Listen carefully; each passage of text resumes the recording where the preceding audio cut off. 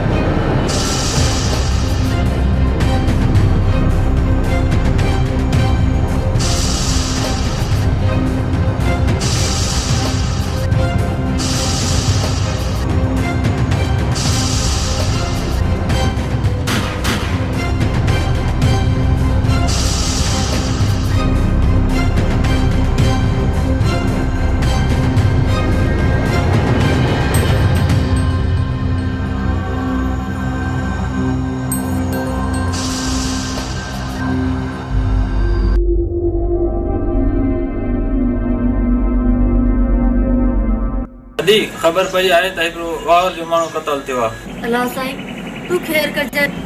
किथे इहो क़तल किथे अदा ना दी अदो ईअं न कंदो। अरे तोखे कंहिं ॿुधायो?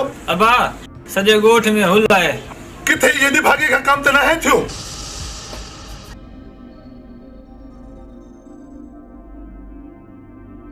मासड़ बलू किथे आहे? अलाए पुट बंदूक भी खयल अथस। किथे फसाए न विझे वारो कर पुट गोलीस। हाज़ुर मासड़ ॾिसांसि थो। मुनीर निभागे खे चओ या बंदूक त रखी वञे। हा बा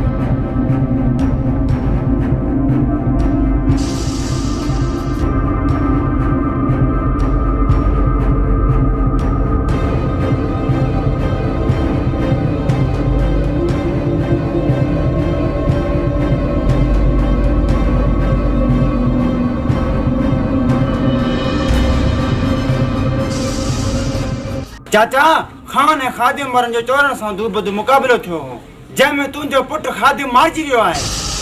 छा ही तू छा चई रहियो आहीं? चाचा इहो सच आहे। लाश पुलिस थाणे ते खणाई वई आहे।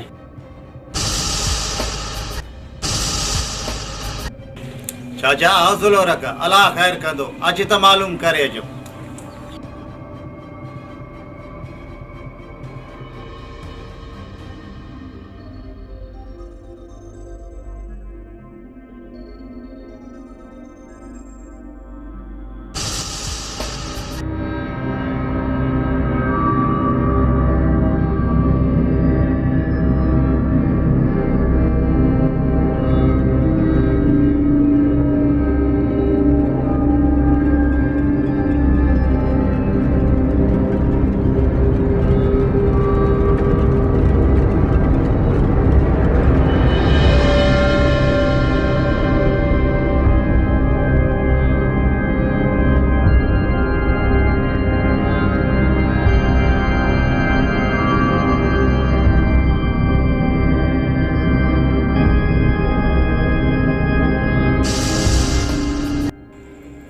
अवतार साईं उताकते आहे हाँ वेठो अचो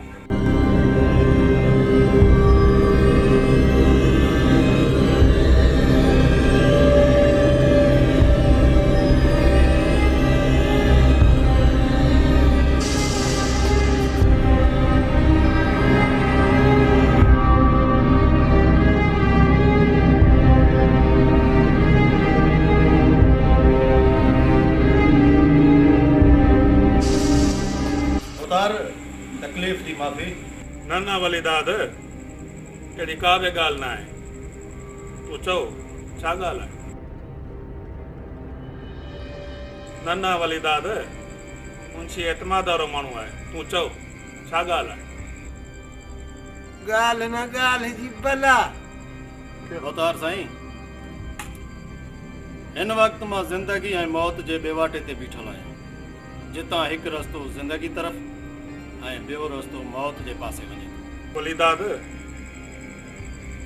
ज़िंदगी ऐं मौत ख़ुदा जे हथ में आहे तूं ॿुधाए छा ॻाल्हि आहे अवतार साईं मूंखे हिन ॻाल्हि जो अंदाज़ो बि न हुयो त उभरंदड़ सिज मुंहिंजी ज़िंदगी खे तब्दील करे छॾी वली दाद तब्दील थियल ज़िंदगी खे तरतीब ॾियण लाइ तोखे मुंहिंजी सलाह ते हलणो पवंदो जीअं हुकुम कंदव असां हाज़ुर आहियूं अवतार साईं तव्हांजी हर सलाह क़बूल आहे ॻाल्हि न ॻाल्हि जी भला